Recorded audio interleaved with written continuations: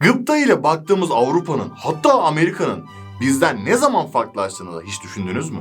Rönesans, yani yeniden doğuş. Papalığın Avrupa'ya hakim olduğu, cennetten resmi olarak tapuların satıldığı, dünya dönüyor diyenlerin işkenceyle öldürüldüğü bir dönemden bahsediyoruz. O dönemde meraklı, cesur bir adam ortaya çıktı. Bu adam bir dahiydi.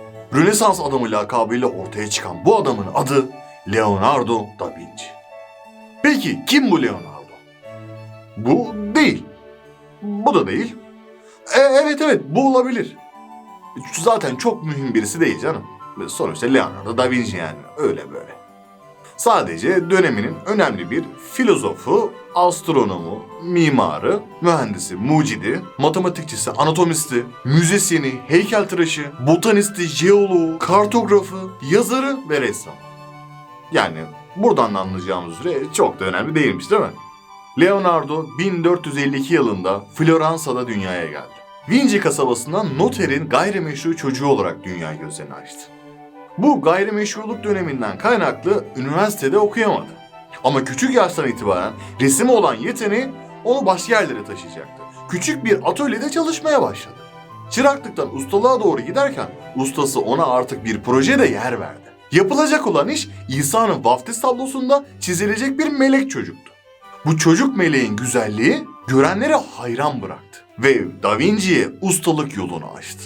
Hatta çırağı ustasını geçtiği için ustanın resim çizmeyi bıraktığı da söylenir. Yani Da Vinci ustasına ressamlığı bıraktırmıştı. Çok tanınmış biri değildi ama Da Vinci hala. Milano Dükü Sforza'ya iş başvurusunda bulundu. Tabi o zaman işkur yok, internet yok, bir şey yok. Mecburen ne yaptı? Hazırladı CV'yi, gönderdi. Yani siz bir ressam olsanız da kendinizi pazarlamayı bilmeniz gerek. Dük için köprüler, silahlar, gemiler, mermer ve kilden heykeller yapabileceğini söyledi. Aslında kısacası Da Vinci şunu diyordu. Ne iş olsa yaparım abi. Da Vinci'nin diğer insanlardan farkı şuydu. Herkes ne iş olsa yapar abi ama bu adam hakikaten yapıyor. Dediği her şeyi yapabilecek kapasitede. Arkasından Milano Dükü artık Leonardo'yu işe kabul etti. Milano Fransızlar tarafından ele geçirilinceye kadar 17 sene boyunca yanında çalıştı. Bu süre zarfında o kadar çok çeşitli çalışmalarda yer aldı ki bazı başladığı projeleri bitiremedi bile. Yetiştiremedi işleri. Öğrenciler yetiştirdi. Bir süre sonra not çıkarma ve taslak hazırlama yeteneğini de elde etti Da Vinci. Bugün hala daha o notlar çok değerli koleksiyoncuların elinde. Bu koleksiyonculardan bir tanesi de Bill Gates. Bill Gates de Da Vinci'nin bazı notlarını topluyor. Hidrolik alanda yaptığı notları yalnız. Vardır herhalde bir bildiği. Bugün hala daha esprilere konu olan Da Vinci'nin şifresi muhabbeti o dönemlerde yaptığı bir eserle ortaya çıktı. Bir manastırın yemek salonunun duvarına resmedilmiş son akşam yemeği tablosu. Bu tabloda İsa havarileriyle beraber yemek yiyor. Yemek sırasında İsa onlara işlerinden bir tanesinin ihanet edeceğini söylüyor. Diğer havarilerin verdiği tepkiler resmedilmiş bu durumda. Fakat bu tablonun tek özelliği bu da değil. O döneme kadar dümdüz resimler çizilirken o tabloyla beraber perspektif bir çalışma olmuş ve derinlik kazandırılmış. Sanki yemek salonunda otururken yemek salonunun devamı varmış gibi görünüyordu duvarda. Fakat en kötü dezavantajı ise kullandığı yöntemdi. Kullandığı yöntemden kaynaklı son kullanma tarihi çok da uzun olmadı.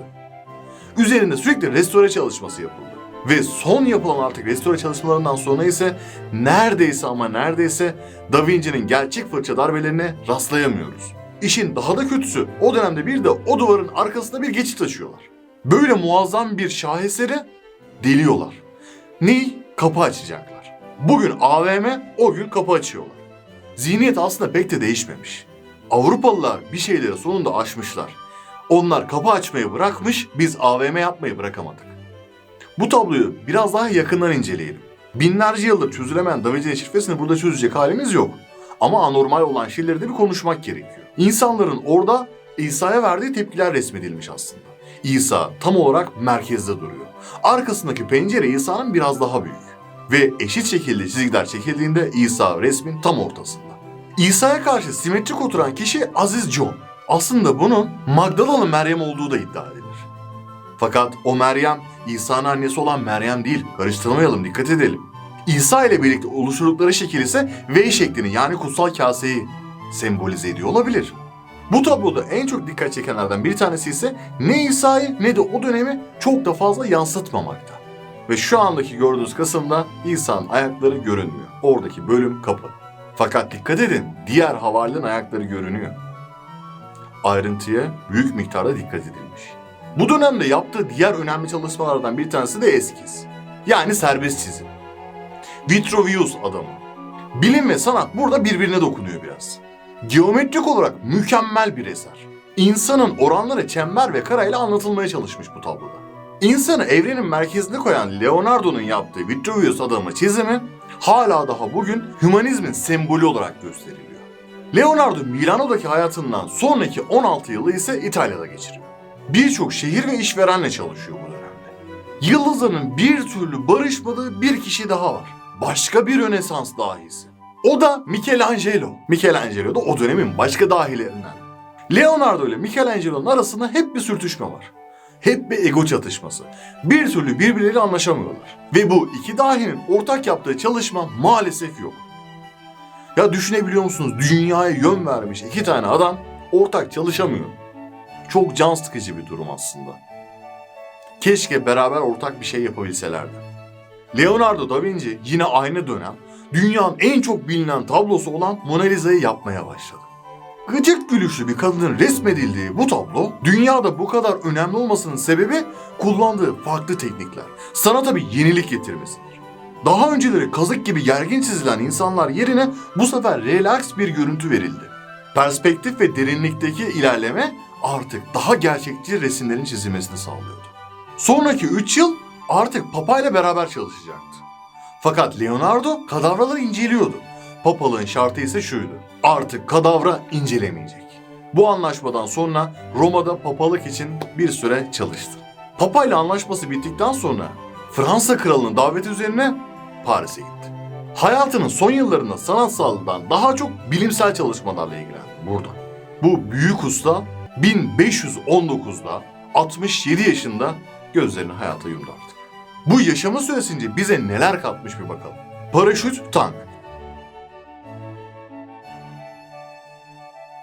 Yarasanın kanatlarından esinlenerek çizilmiş bir uçuş makinesi. Helikopter. Köprüler ve hidrolik makineler. Anatomik çalışmalar ve optik çalışmalar. Dalış kıyafetleri. Hatta bir robot. Bu kadar ileri görüşlü bir dahiden bahsediyoruz. Farkında mısınız? Adamdan uçağın kurtulamadığı gibi dalan da kurtulamamış. Bir dalış kıyafeti de tasarlamış. Akademisyenlerin öve öve bitiremediği Leonardo da Vinci bu işte.